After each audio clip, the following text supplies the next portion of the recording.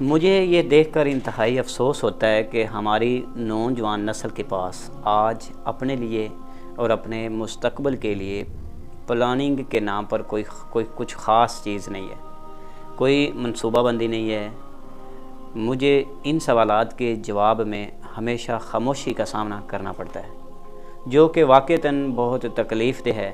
میں سمجھتا ہوں کہ ہمارے نوجوانوں کے پاس الفاظ کی کمی ہے، خود آشنائی کی کمی کی وجہ سے ہے۔ وہ ساری عمر خود کو اور اپنی صلاحیتوں کو جان ہی نہیں پاتے، وہ کھوج ہی نہیں لگا پاتے کہ ان کا دنیا میں آنے کا کیا مقصد ہے، ان کی دلچسپیاں کہاں ہیں اور ان کی منزل کیا ہے۔ میں نوجوانوں کی اس غفلت کا ذمہ دار ان کی اپنی ذات کے علاوہ معاشرے کو بھی سمجھتا ہوں۔ ہمارے ہاں اکثر یہ دیکھا جاتا ہے کہ بچوں کی زندگی کے تمام اہم فیصلے دوسرے کرتے ہیں۔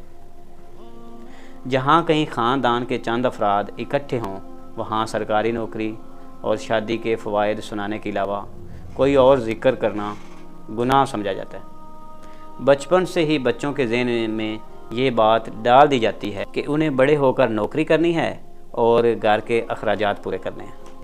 بچوں کو یہ گنجائش ہی نہیں دی جاتی کہ وہ خود کی سوچ لے کر وہ اپنا ایک فیصلہ کر سکیں، وہ اپنے پیشن کو باہر نکال سکیں، وہ اپنی جو انرجی ہے اس انرجی لیول کو زیادہ کر سکیں، وہ اپنی ایک سکل جو ہے وہ اس کو باہر نکال سکیں، اپنا ذاتی فیصلہ کر سکیں، ہمیشہ دوسروں کے فیصلے پہ۔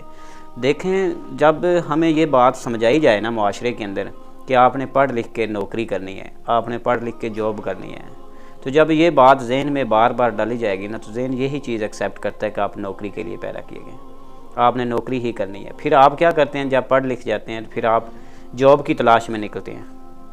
وہ کیا کہتے ہیں؟ جس چیز کی تلاش کے لیے نکلیں گے وہی آپ کو ملے گا۔ تو آپ اپنی تلاش کو صحیح کرو۔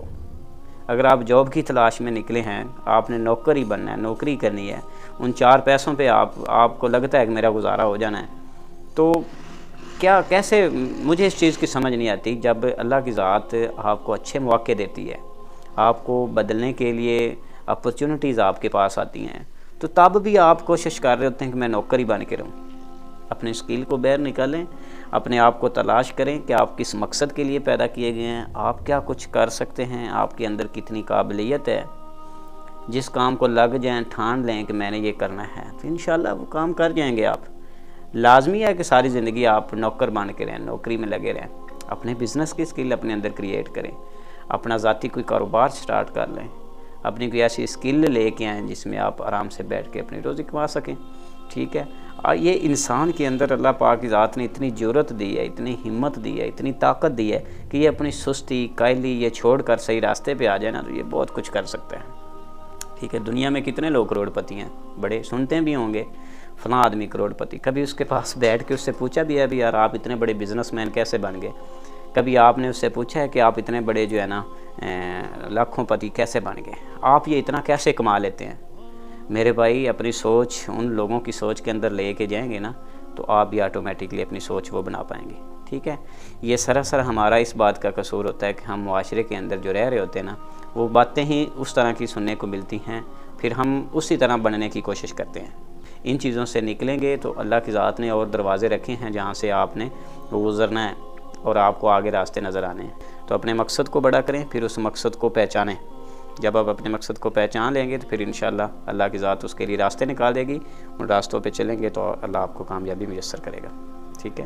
کوئی بھی بات بری لگی ہو تو معذرت، اچھی لگی ہو تو عمل ضرور کریے گا، اور چینل پہ نہیں ہوئے ہیں تو سبسکرائب کر دیں۔ زندگی بدلنے والی کوئی نہ کوئی ایسی ویڈیوز ہوتی ہے جو ایک جملہ آپ کی زندگی میں اتر سکتا ہے اور آپ اپنی لائف کو بدل سکتے ہیں۔ اجازت، اوکے، السلام، جزاک اللہ، اللہ حافظ۔